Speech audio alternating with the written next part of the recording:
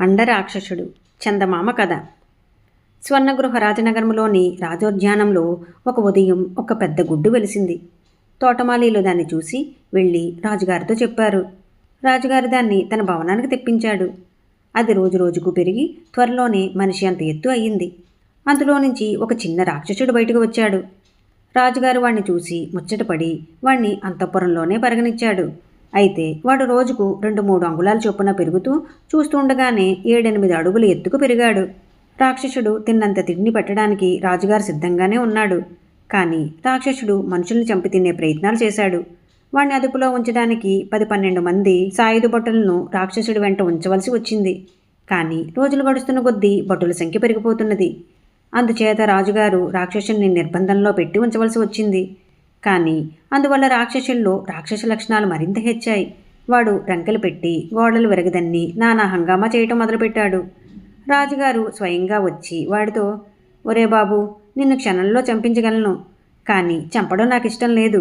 నిన్ను వదిలివేస్తాను. నువ్వు మీ రాక్షసులుండే చోటుకి పో అన్నాడు.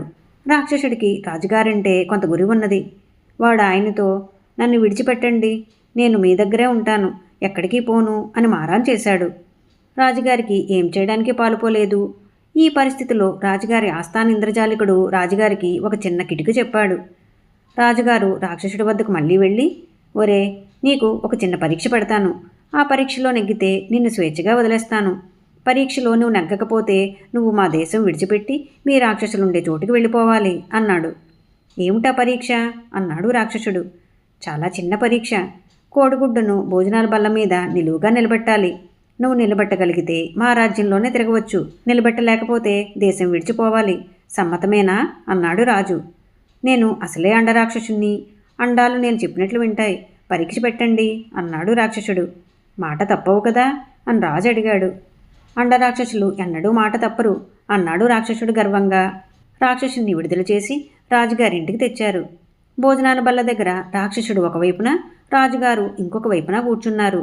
ఒక కోడిగుడ్డు తెచ్చి రాక్షసుడికిచ్చారు. దాన్ని వాడు నిలువుగా నిలబెట్టడానికి ఎన్నిసార్లు ప్రయత్నించినా అది పక్కకు ఒరిగిపోతుంది. రాజుగారు ఆ గుడ్డును తీసుకుని తన ముందు దాన్ని బల్ల మీద నిలబెట్టి, చూసావా, పరీక్షలో ఓడిపోయావు. నువ్వు దేశం విడిచి వెళ్ళి మీ రాక్షసుల దగ్గర చేరు అన్నాడు. రాక్షసుడు నిజంగా మాట తప్పని వాడే. వాడు దేశం విడిచి వెళ్ళిపోయాడు. కోడిగుడ్డును నిలువుగా ఎలా నిలబెట్టారు అని మంత్రి రాజుగారిని అడిగాడు. రాజుగారు బల్ల మీద పరిచిన గుడ్డ పైకెత్తి చూపాడు. ఆ గుడ్డ కింద చిన్న ఉప్పు కుప్ప ఉన్నది. దాని మీదనే గుడ్డ నిలబడింది. ఈ కథ మీకు నచ్చినట్లయితే లైక్ చేయండి, షేర్ చేయండి. మరిన్ని మంచి కథల కోసం మా సంపత్ ఛానల్ని సబ్స్క్రైబ్ చేసుకోండి.